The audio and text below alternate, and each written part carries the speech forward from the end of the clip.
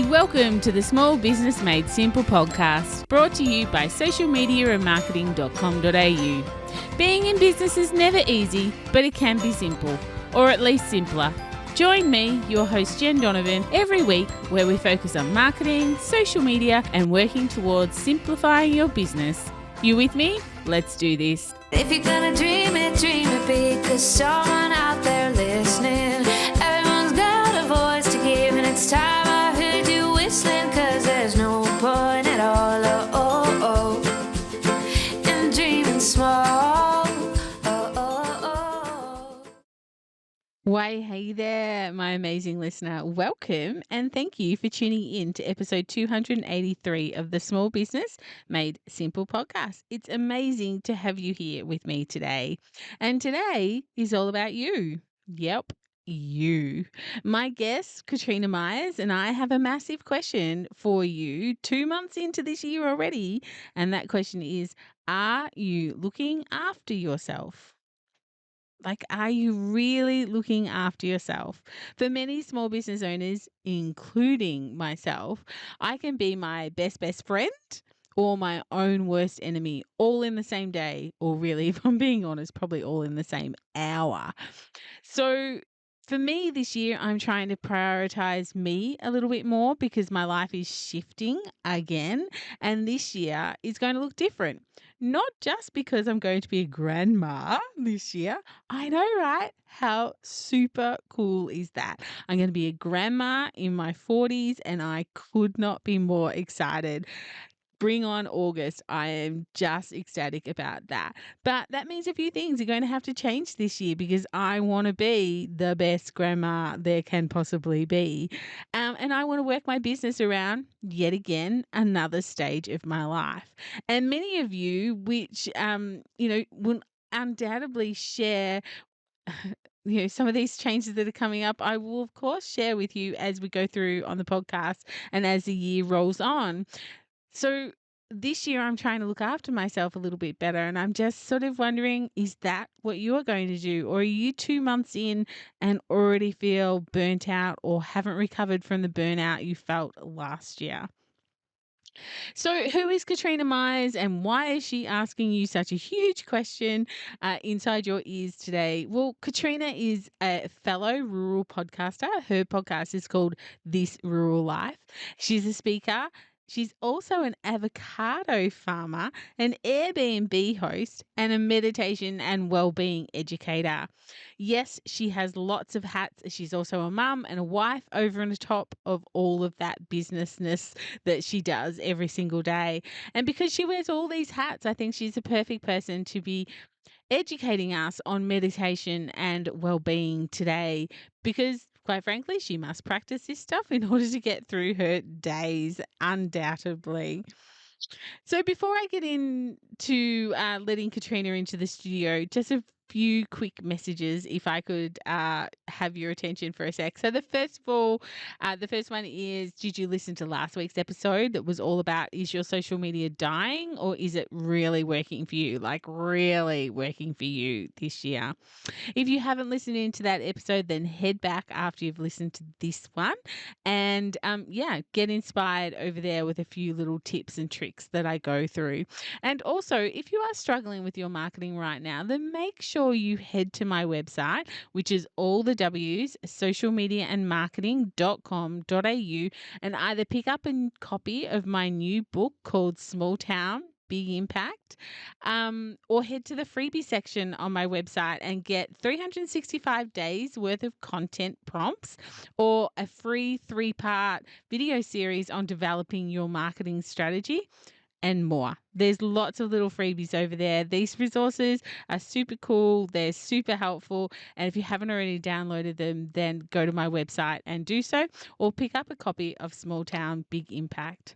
But otherwise, let's get into it. Here's Katrina and talking about looking after ourselves. I think this is a really cool conversation. So do enjoy.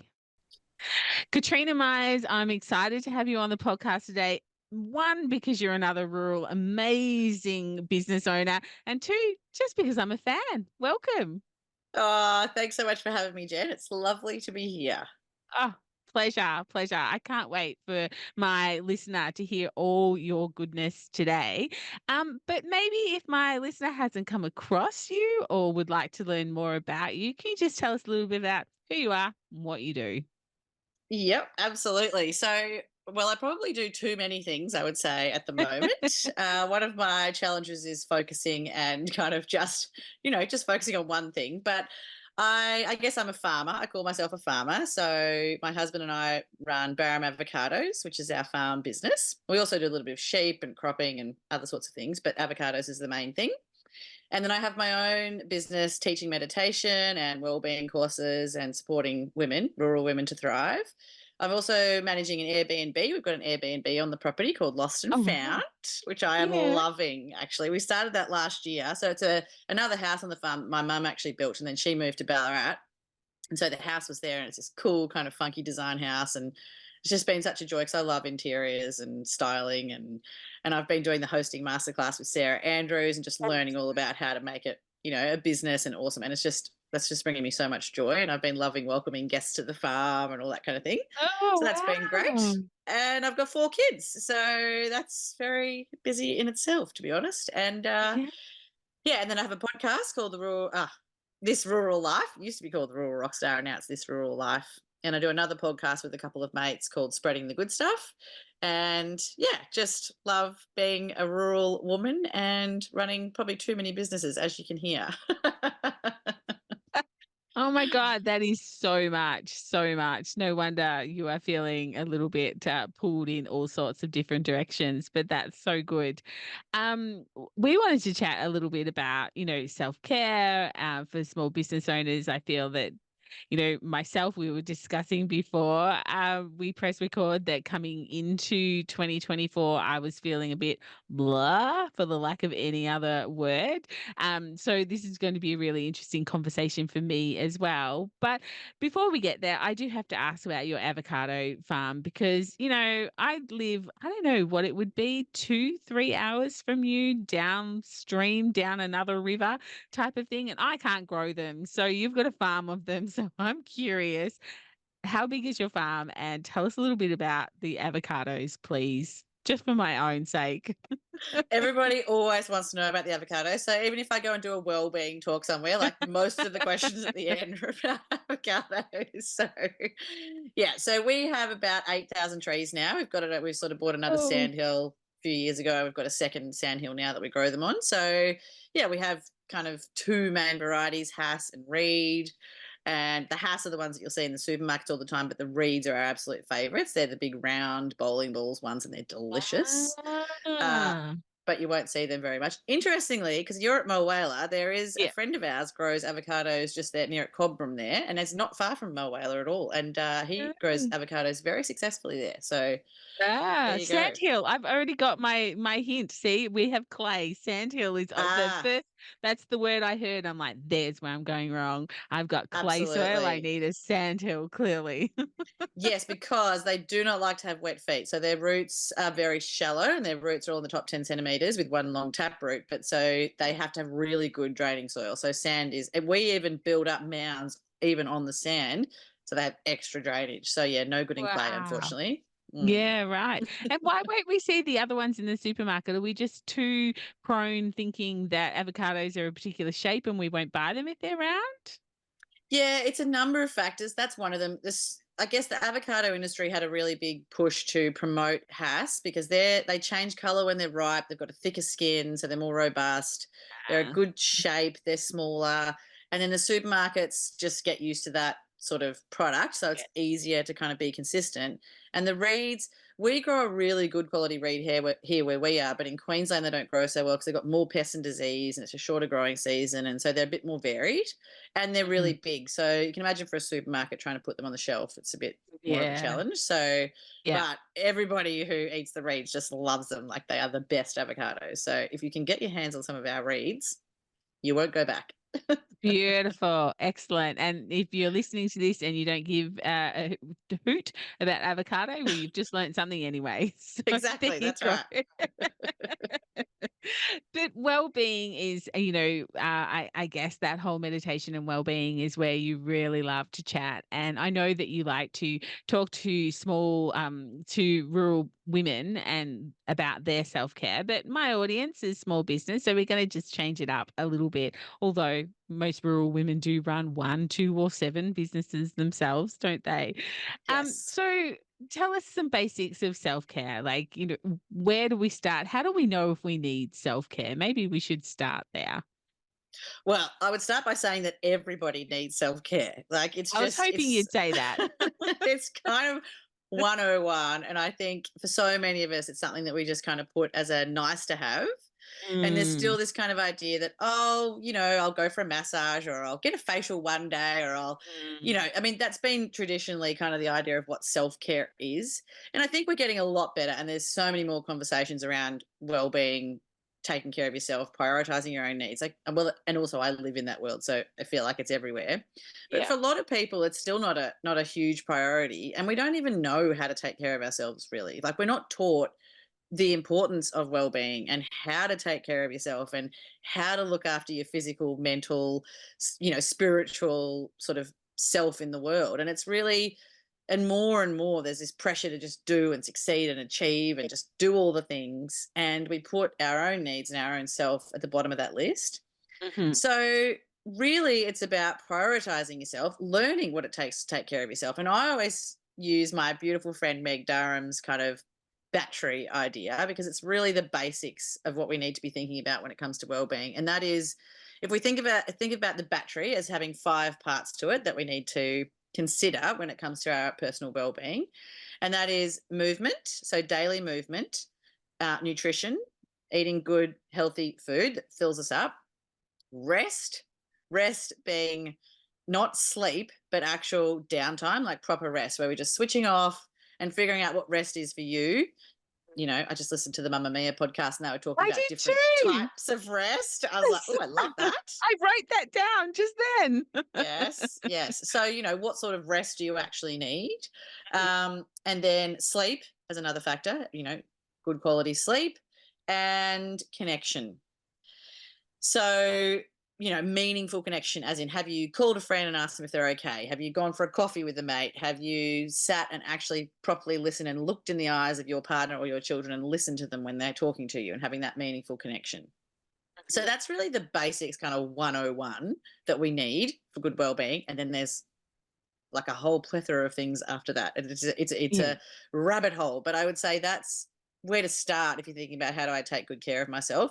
And for most of us, it's amazing how many people don't move their body daily Mhm. and aren't getting good sleep. And so, I encourage you to ask yourself, like, if you're listening to this, think about, all right, in the last 24 hours, if I think about those 5 pillars, have I had enough sleep, eaten something healthy, moved my body, had some downtime, and had meaningful connection? And if you ask yourself that question and you can't answer yes to most of those things, then that's where you need to start. Mhm. And so, like, should we be doing those daily? Because I can say, hand on heart, the last 24 hours, absolutely. Yep, I've done all those things. But will I in the next 24 hours? I don't know. Like, it's kind of like, should I be doing those things every single day? Well, that's the dream, but let's face it, Yeah. that's not reality. So you want to look Yeah. at, okay, in the last 24 hours, and then you think about in the last 2 weeks, and then you go in the last year. And if you can say that, overall in a week, in a year, I am looking after those basics, then you're probably doing pretty well, knowing Mhm. that, life throws us all sorts of things, that it's not going to be Yes. perfectly consistent all the time. But if you Mhm. look back and go, oh, gee whiz, over the last year, I can't say yes to any of those things, then you need to take a good hard look at what's going on and make some changes. Yeah. So it's not going to be every day. You're not going to be, you can't kick 10 every day, but it's just where we want to be thinking about, that's the basics for good well-being. Yeah. Yeah. Yeah. Obviously. And, quite a few people that listen to my podcast are like me, where they work alone. I probably see one, maybe two other people some days.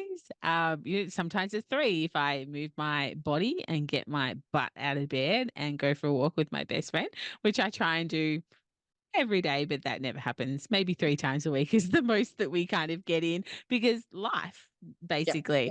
But yes, if you are working at home, and you work by yourself often, then it is maybe the connection that you've got to pick up the phone and call someone or go and have coffee with someone. Maybe that's part of your well-being, rather than going, I just need to go to bed an hour earlier.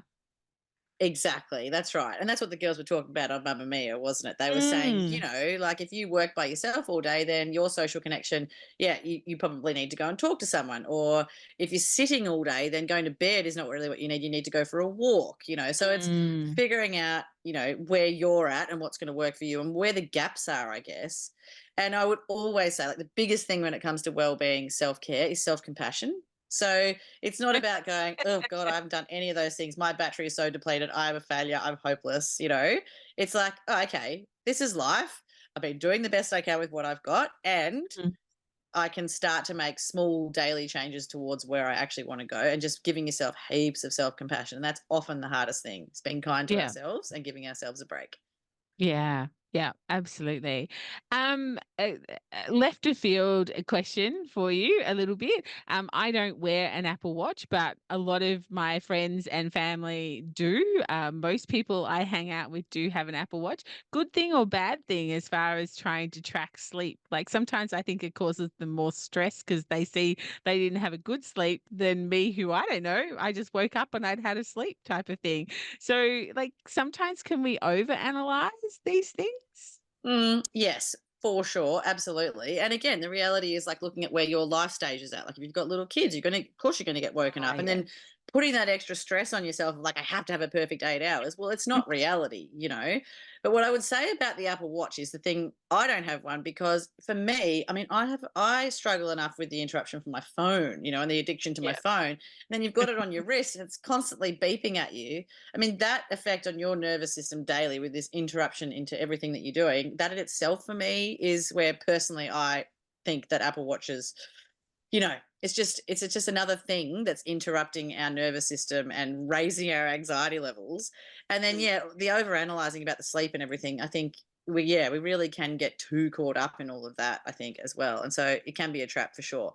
But I guess it's figuring out what works for you. For some people, that's great. They Yes. love to keep track of it. It's Mm. noticing the effect that it's having on you. And another big part of having good well-being is noticing, having conscious awareness about what's impacting you. So if you notice that having an Apple Watch is causing you more stress, first of all, notice that and then do something about it. But Yeah. be conscious and aware enough to notice how that's impacting you.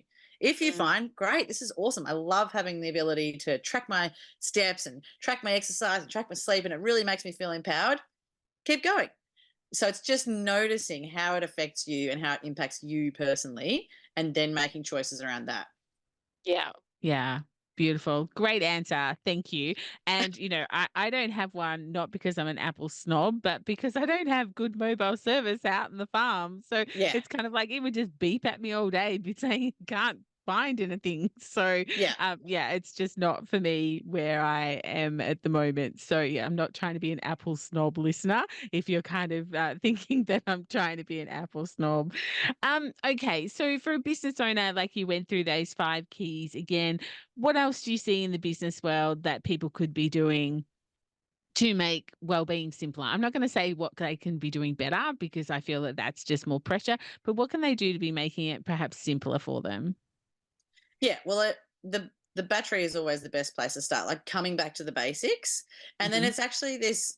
I think really a really important part is just noticing again, like, and having this conscious awareness to get curious about how you're showing up in your day. And this Hmm. can be the hardest part because so many of us are just operating on autopilot. We just get up, it's breakfast, get the kids organized, rush them out the door, get into the business, work, do the work, day ends, kids routines, dinner, flop in front of Netflix, go to bed. Like, and it's just this repeat, and this can be the cycle. So it's stopping and noticing how you're showing up in your days, and just thinking, gosh, like, is this really lighting me up? Am I finding moments of joy? How do I feel in my body? Am I well rested? You know, am I feeling low level anxiety all the time? Am I heading into burnout? Am I just rushing through my days? Really stopping and getting curious about how your days look and how you're showing up. And then that's the first part. So awareness is, the biggest piece, really. Then it's being honest with ourselves with a huge, big, like, overlay of self compassion. And then thinking about how we, if that's not serving us, if we're happy doing that, great. If you're feeling joyful, if you're lit up, it's great, you're loving life and everything's awesome, great. Keep doing what you're doing. If you think, actually, I am completely in survival mode here, I am just hanging by a thread, everything's just on repeat, I've been rushing through life, then it's your opportunity to stop and take a look and think about, okay, well, where can I make some small changes? And it's not this kind of all or nothing approach that we know doesn't work, like how we might approach a diet or trying to change a fitness regime. Trying to work on our well-being is the same. It's not, well, I'm going to change everything tomorrow, and then when we can't stick to our new changes and our new habit transformation, then we just give up because it's all too hard and we've failed.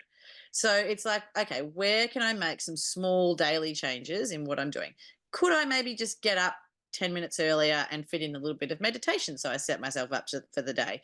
Can I manage to fit in just 5 minutes of exercise to start with and then build up? Could I switch off Netflix at night and not do that, read a book instead, and go to bed and have a better quality of sleep because I'm not looking at my screen? Can I limit my screen time? And, maybe I could cook something a bit more healthy for dinner. So choose one of these things to start with. Do not try and address all of these issues all at once.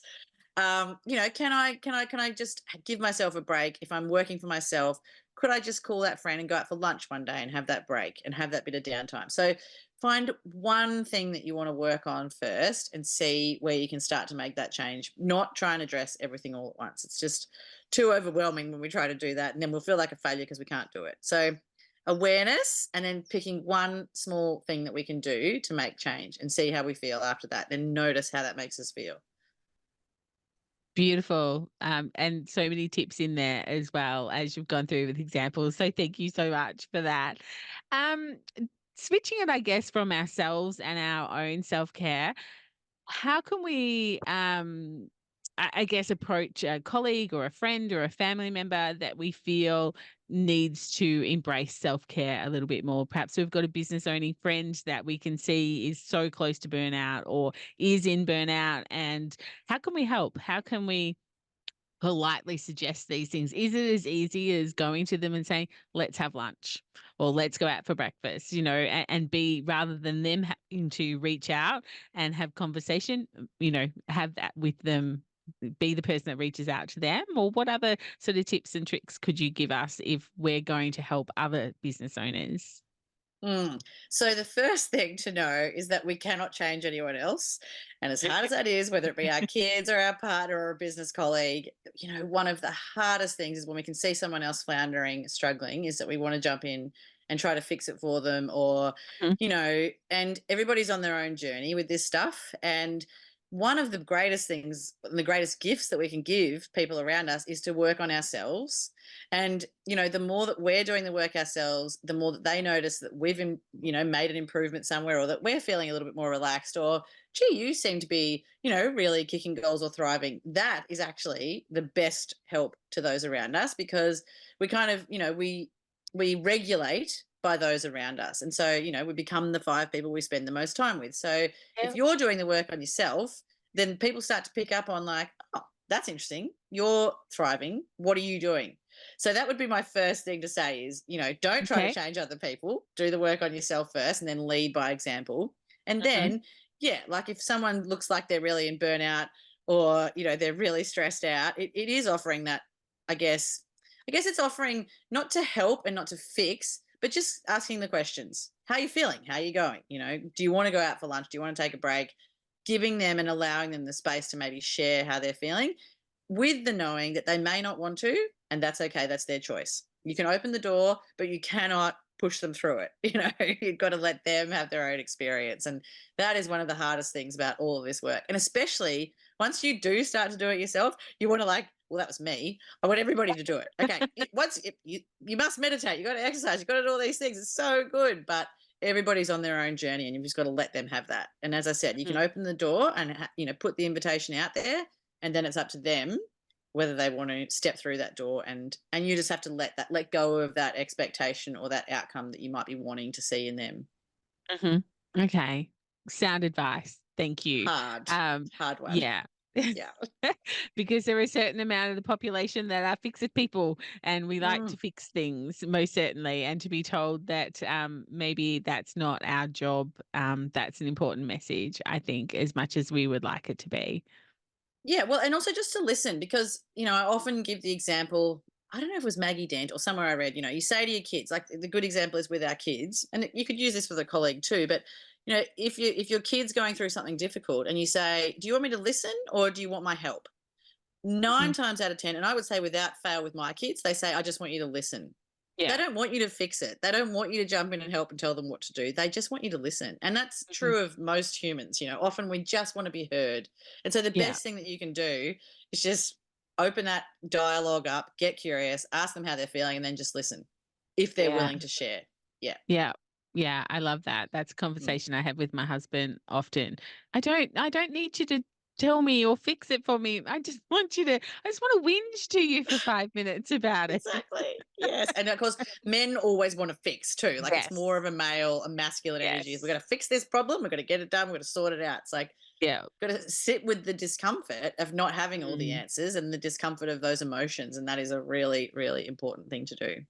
Yeah, yeah, absolutely. Maybe I should do a podcast on how to stay married. Yep, that'd be a big one. That is one of my tips, everybody. Just tell them exactly what you need them to do. But anyway, Yep. so we went through awareness, we went through honesty. Is there any other stages to that before we finish up, or anything else that you want to add that we've skipped? In terms of like helping other people with their well-being or helping with your own well-being. Probably we'll go back to helping ourselves, like, as a small business owner, we're the ones listening into this podcast. And yeah, so probably coming back to ourselves. Yeah, I would also, I mean, again, there is so much to have a good well-being. Honestly, it's a never-ending sort of rabbit hole once you get into this world of taking care of yourself and thinking about your own needs and all of that stuff. But a couple of really important things are having good boundaries and being able to say Mhm. no is a really important part of having good well-being Yeah. because so many of us, especially as women, just people pleasers. We're type A, we're perfectionists. We want to just, produce, we want to get it all done. And we find it so hard to say no to anyone because we don't want to let anyone down.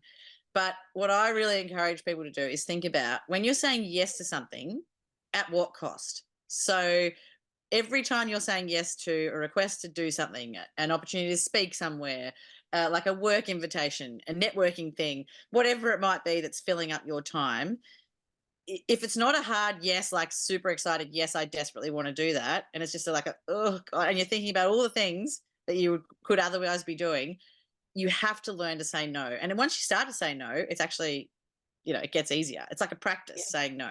Mm. But being able to say no and prioritize your own needs is a practice, and it's a really important well-being practice that we really often overlook because we just think we have to. Yeah, it's that people pleasing type A, and often if you're running your own business, you are sort of entrepreneurial, you're enthusiastic, you're a doer. You want to get stuff done, and you've got that initiative.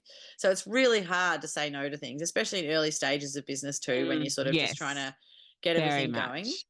But you've got to ask yourself at what cost? What's that going to Mm. cost me personally? What's it going to cost my family? What's it going to cost me in terms of burnout and exhaustion and all of those things? So learning to say no is really, really important. And being able to just prioritize your own needs and not feeling guilty about that. Letting go of the guilt, prioritize your own needs and being able to say no and have those clear boundaries, which it sort of sounds simple, but it's actually some of the hardest work. And a lot of this work is so hard. So it's Yeah. that acknowledgement of that too. It is so Mhm. hard, this well-being stuff. And while it should, which you'd never use the word should, but it should technically, you would think, be easy to look after yourself. Well, it's really not. And in the world that we live Mm. in today's world, it is so hard to take care of ourselves and prioritize our own needs and to do all the things that we need to do and feel good and function well. It's actually really hard. So always giving yourself that grace that you're doing so well, and where else can I keep doing better? Yeah. So I think that's probably Yeah. the last. I mean, yeah, as I said, we could go into a million different things, but really prioritizing your own needs and having boundaries is really important as well. Yeah. Yeah. I love that. Having boundaries. It's something, and the whole well-being thing is just a work in progress, and boundaries are a work in progress. Like, they're really hard. And depending on, like you said before, the stage of your life, like, I've got 3 children, but they're all adults now. So my boundaries are very different to what they would have been 10 years ago, and different again 10 years before that, type of thing. So it is sort of looking at the season of life that you're in, and like you've said a couple of times, giving yourself that grace to realize that and being honest about that. So I just loved everything that you've said, Katrina. Thank you. And even though perhaps my listener may have heard some of this before, it's that whole when the student is ready, the teacher appears type of thing. Like, sometimes we need to hear these things over and over again. And when we are ready to hear them, they all of a sudden make sense and we can take some action from them. Oh, that is so entirely true. And it's certainly been my experience, and even working in this space for 10 years, is something just lands, you just hear it a different Yes. way and it lands and you're ready and you're open for it and all of those Mm. things. And you're so right about the seasons of life. And it's so important to acknowledge that and know that, and also know that this season will pass. If now's a really Yes. hard season for you and you are in the trenches with young kids and you're trying to grow a business and all of that, it will pass. And just try to be present in that and give yourself that grace. And the seasons will change. Oh dear. Katrina, this has been so good. There's been so much gold. I'm pretty sure anyone who listens to you would say the exact same thing. But before we wrap it up, any last pearl of wisdom you can share with us? I guess just something that I always try to remind myself of, and for all of your listeners, is just remember you're doing so well and give yourself a break. You're doing your best. I just think that is so, so important, because often the thing that is happening to all of us is we're just beating ourselves up constantly all day. Like, if you really take notice of your thoughts, a lot of it is negative, the ego beating us up, giving us a hard time about we're not doing this properly, we're not doing that properly, we're feeling like a failure at this, and oh, we should do more exercise, and we get so stuck in the shoulds. And really, we just need to give ourselves a break and just start to really practice that kindness to ourselves and just tune into that love inside of us and all that goodness, and really just try to let go as much as possible of that inner critic and be kind to yourself. And always remember, another beautiful saying that I always love to have in my mind is, this too shall pass. I always Yeah. love that one too. That's just such a Yeah. beautiful nugget to think of whenever you're in the thick of it, or you're feeling like everything's too hard. It's like, okay, this too shall pass. Yeah. And the last little nugget to really tap into that place of love and to let go of that ego is something that I have been loving lately. And depending on where your listeners are at, it might be too woo for them or it might be too much. But Elizabeth Gilbert, who I absolutely adore, and she wrote Big Magic, and Eat, Pray, Love is how most people know her. But she has recently started a Substack newsletter, and it's called Letters from Love. And it's basically a journaling practice where in the mornings, it's best to do it first thing in the morning, is you just write in your journal, "Dear love, what would you have me know today?" And it's just a practice that I have just been absolutely loving, because it just sets you up for the day and it gets you to tune into that higher power, beautiful inner knowing voice that's inside of you. And it can be a bit of a practice if you're sort of completely foreign to even thinking about that you have an ego self and this beautiful sort of love and pure consciousness, then you'd be like, okay, that's too much for me. But I just really invite you to consider it and to tap into that inner knowing and that beautiful place of love inside you, and you set yourself up for the day with that. It's just the best. So Wow. letting go of that inner critic, speaking to yourself from that place of love, and just being kind to yourself, and that'll go a long way in the process of having good well-being. Well, I think my listener might be a little bit curious after all of that, to learn more. So, great segue into, how can people get in touch, Katrina, if they would like to learn more or just, know more about you and your avocados? Yeah, well, the best thing to do is probably follow and subscribe to my Substack, This Rural Life, and also listen to my podcast, This Rural Life, as well. Then you can find me on Instagram and my website. But if you want to get in touch with me, probably the best place to do that is just via Instagram. Send me a DM, find out what I've got happening, and yeah, just listen to my podcast and read my newsletter. And for more good nuggets of goodness. Beautiful. I will have links to those in the show notes, of course. But thank you so much for giving up your time and coming to have a chat with us here today. It's been brilliant. Thank you. Thanks, Jen. Thanks so much for having me. I absolutely loved it. Thank you. Pleasure. I really hope you enjoyed that chat. All of Katrina's links, of course, are in the show notes. The show notes can be found at socialmediaandmarketing.com.au/283. And yeah, you can find the show notes there and all the links. And look, if you're thinking that I haven't done an interview for a while or I haven't released an interview for a while, you'd be right. This is the first interview for 2024. I almost said 2023 that I have released, but I have been doing lots of interviews in the background and I have some amazing small business owners and small business educators coming up over the next few months that are really going to help you be inspired and keep you going through 2024 with all their magic and their knowledge. So don't miss out on them. Make sure you keep tuning in every single week. And do you have a friend who might like to listen to this episode as well? And if you do, can I ask a really big favor that you share this episode with them? I would really love to get more small business owners to listen to my podcast. And I think this is a really good a really good episode for them to start with if they haven't before, because it's two rural ladies talking about taking care of yourselves. And I think that's a really good way to start. And I just really appreciate you sharing this podcast and investing in this podcast with me. Always remember you need to ask for help to get help. So whether it's about well-being, marketing, or something in between, never hesitate to reach out and ask for help.